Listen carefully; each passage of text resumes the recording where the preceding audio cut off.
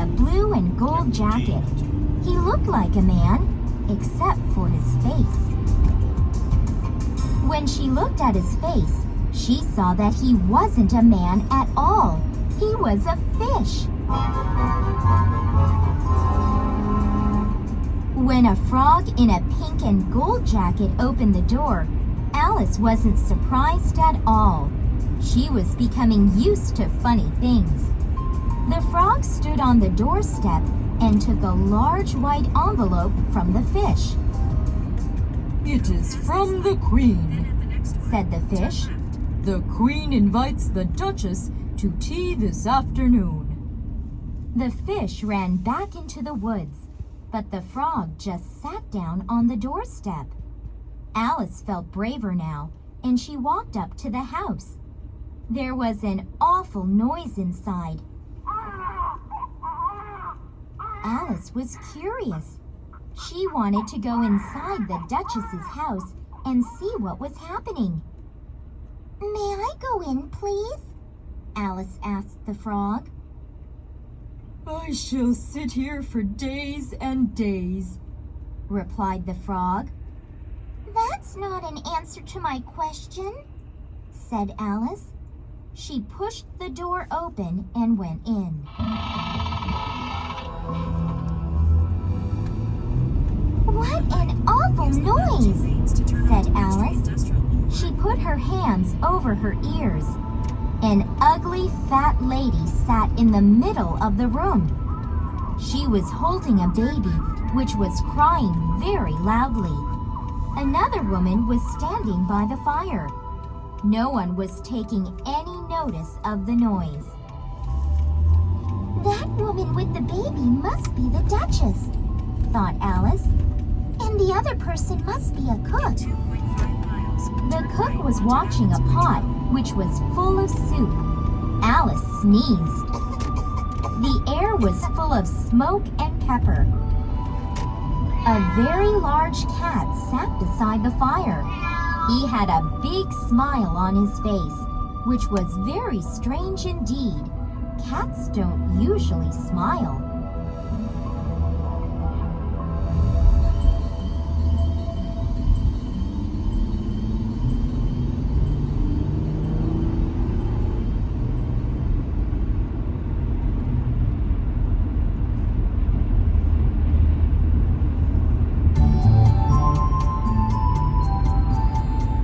Chapter 3.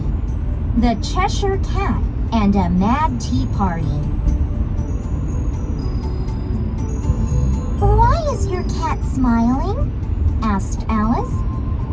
"It's a Cheshire cat," said the Duchess. "and that's why." "I've heard stop grinning like a Cheshire cat," thought Alice to herself. "But I didn't think there really was such a thing as a Cheshire cat." Suddenly, the cook began to throw every object she could reach at the Duchess. She threw cups, plates, and pots. Although some of the things hit her, the Duchess took no notice. Then the cook turned back to the soup, and the Duchess began to sing a song. It was difficult to hear the words because the baby was crying so loudly. But what Alice could hear was very silly. "Speak roughly to your little boy and beat him when he sneezes. He only does it to annoy because he knows it teases." After a few minutes, the Duchess stopped singing and threw the baby to Alice. "Catch!" she shouted. "You may hold the baby if you like. I have to go and get ready to see the Queen." She hurried out of the room. Alice didn't dare stay in the kitchen with the cook. She didn't want the cook to start throwing things at her, so she took the baby outside. "I'll have to take the baby home with me," thought Alice. "If I leave it here, the cook and the Duchess will kill it." It was difficult to hold the baby because it was such a funny shape. It moved about all the time too, and it was making very strange noises. Oh dear, thought Alice. What's the matter with it? She looked at it carefully for the first time. Its face was changing. Its eyes were getting smaller, and its ears were getting bigger. Why? Cried Alice. I think you look more like a pig than a baby. Perhaps you really are a pig. What shall I do with the pig when I get home? The baby began to move about so wildly that Alice couldn't hold it anymore. So she put it on the ground and it ran off into the woods. Alice was rather glad. Then, to her surprise, she noticed the Cheshire Cat again. He was now sitting on a branch of a tree, only a few yards away. He was still smiling. Cheshire Puss, she began. Can you tell me, please, which way I ought to go from here? That depends on where you want to get to, said the cat. It doesn't matter, really, said Alice. Then it doesn't matter which way you go, said the cat. But I must arrive somewhere, added Alice. Oh, you'll certainly do that, said the cat, if you walk long enough. This was plainly true, but it didn't really help. Alice tried another question. What sort of people live around here? She asked. The cat pointed to the right. If you go that way, he said, you'll come to the Hatter's house. If you go the other way, you'll meet the March Hare. Visit them if you like. They're both mad. Oh, I don't want to meet mad people, said Alice. You can't help that, said the cat. We're all mad here. I'm mad. You're mad. How do you know I'm mad? Asked Alice. You must be mad, said the cat. Only mad people come here. Are you going to tea with the Queen? He added. She hasn't invited me, said Alice sadly. You'll see me there, said the cat. As he spoke, he disappeared. Alice did not go much further before she came to the March Hare's house. She was sure it was his house because it looked like a hare. It had two tall chimneys which were the same shape as a hare's ears. The roof was made of fur. Oh dear, thought Alice when she looked at the house. I hope the March Hare isn't too mad.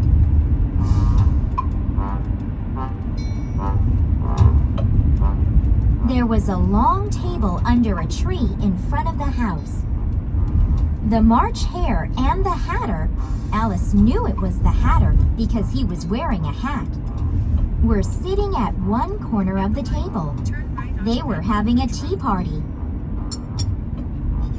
A dormouse sat between them, but he was fast asleep.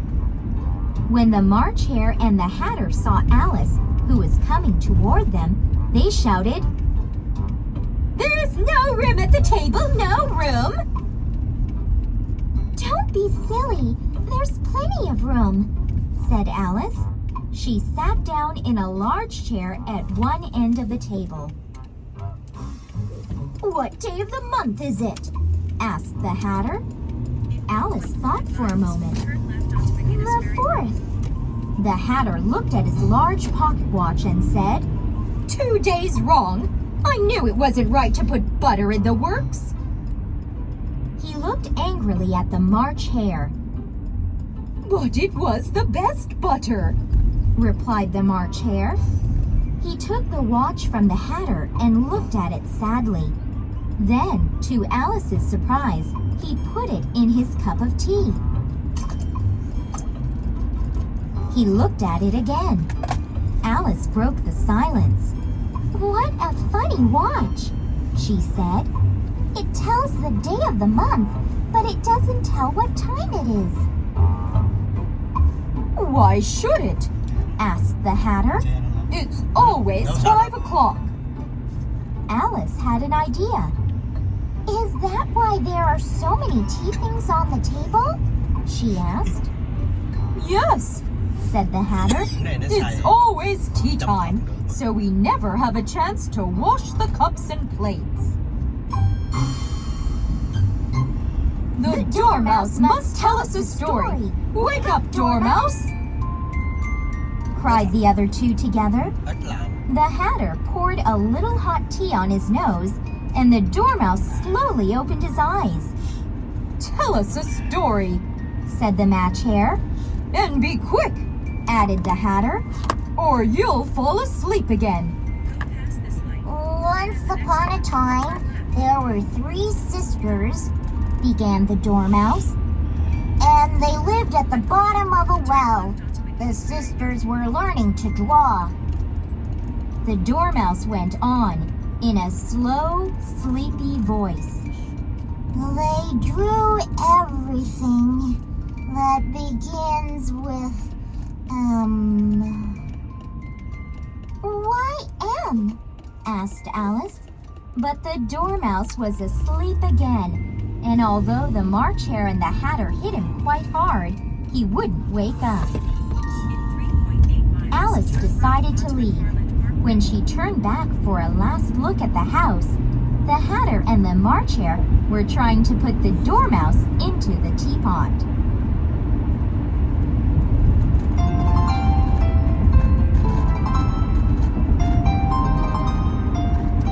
Chapter 4. In the Queen's Garden. The path led Alice into a woods. Alice noticed that there was a door in one of the trees. She pushed it and it opened. Alice walked inside. The door in the tree led into a beautiful garden full of bright flowers. Near the door, there was a large rose tree. The roses on the tree were white, but 3 gardeners were busily painting them red. "How very curious," thought Alice. She went nearer in order to watch them. The gardeners didn't look like real gardeners. In fact, they didn't look much like men at all. They looked like playing cards, except that they had proper heads, arms, and legs. The gardeners seemed to be angry. They were shouting at each other, but when they saw Alice, they dropped their brushes in surprise. "Why are you painting those roses?" asked Alice. "Well, miss," began one of the gardeners, "this rose tree ought to be a red rose tree. But we planted a white one by mistake. If the Queen sees the white roses, she'll cut off our heads. So we're painting them quickly before..." Before he could finish what he was saying, one of the other gardeners shouted, "The Queen! The Queen!" And the 3 gardeners threw themselves down on the ground.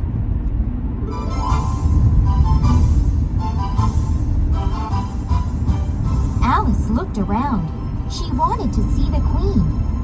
First came 10 soldiers. 10 courtiers in very fine clothes followed them. Just like the gardeners, they were the shape of playing cards. Next came the people who were going to have tea with the Queen. Alice couldn't see the Duchess, but she did see the White Rabbit. She thought she saw the cat too, but he quickly disappeared. Then came the Knave of Hearts. He was carrying the king's crown on a red cushion. At last, Alice saw the King and Queen of Hearts.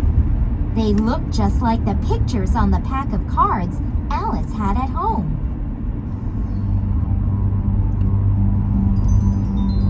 Alice didn't know what to do, so she stood and waited. When the king and queen came opposite her, they stopped and looked at her. "Who is this?" the queen asked the knave of hearts. He just smiled and looked silly. "What's your name, child?" shouted the queen. "My name is Alice, Your Majesty," said Alice very politely. She told herself, "I mustn't be afraid. They're only playing cards." "And who are these?" said the queen. She pointed at the gardeners. They were still lying on the ground face down. "How should I know?" said Alice. "It's no business of mine." The queen couldn't believe her ears. "Off with her head!" she shouted. She was so angry that she turned bright red. "No!" said Alice very loudly and very bravely. "She's only a child," said the king quietly. The queen was silent, but only for a moment. When she noticed the roses, she became very angry again. "Off with their heads!" she shouted. She was pointing at the 3 gardeners. They ran behind Alice, and before anyone noticed, she quickly picked them up and put them in a large flower pot. The soldiers wandered about the garden, but they couldn't find the gardeners anywhere. "Are their heads off?" shouted the queen. "Their heads are gone, Your Majesty," replied the soldiers, which was quite true. The soldiers didn't dare say they couldn't find the gardeners. The queen looked at Alice again and asked, "Have you seen the mock turtle yet?" "No," said Alice. She didn't know what a mock turtle was. She knew that mock turtle soup was called mock turtle because it wasn't really made of turtles, but only tasted like it. "Could I really see a mock turtle?" she wondered. "The griffin will take you," said the queen. Then she and all the other people went off to tea. Alice looked around the garden. She seemed to be alone again and didn't know what to expect next. She didn't know what a griffin was, so how could she find him and ask him to take her to see the mock turtle? She wandered a little along the path. Then she noticed something and stopped. An animal was asleep in the sun near the path. He woke up and looked at Alice. "So, the queen wants you to meet the mock turtle, doesn't she?" he said to Alice. He rubbed his eyes. "Come on," he said. "I'll take you." Alice walked along with the griffin and looked at him out of the corner of her eye. She didn't want to seem curious, but she didn't have a chance to see a griffin every day. The top half of his body was like a bird, but the bottom half was like a lion. They walked in silence until they saw the mock turtle in the distance. He was sitting on the beach on the edge of a rock. "Come on," said the griffin again, and Alice walked a little faster. She could see the mock turtle better now. He was almost like a turtle, but he had a head and a tail like a calf. The mock turtle saw them. "This lady wants to know your history," said the griffin. At once, the mock turtle looked very sad. Alice felt sorry for him. "I'll tell you, if I must," said the mock turtle. "Sit down. And don't speak until I have finished. Alice and the griffin sat down, but for a few minutes, nobody spoke. He'll never finish if he doesn't start, thought Alice to herself. They all sat in silence. Then at last, the mock turtle started to speak. Once, He said, I was a real turtle. a very long silence followed. Then Alice saw that the mock turtle was crying. He was probably crying because he was only a mock turtle now, not a real turtle. Alice was going to get up and say, "Thank you for your interesting story," just to be polite. But she wasn't quite sure whether that was the end of the story or not. She waited a bit longer. Suddenly, the mock turtle began to speak again. When we were little, He said, we went to school in the sea. Our teacher was an old turtle. We called him Tortoise. "Well, how did you call him Tortoise?"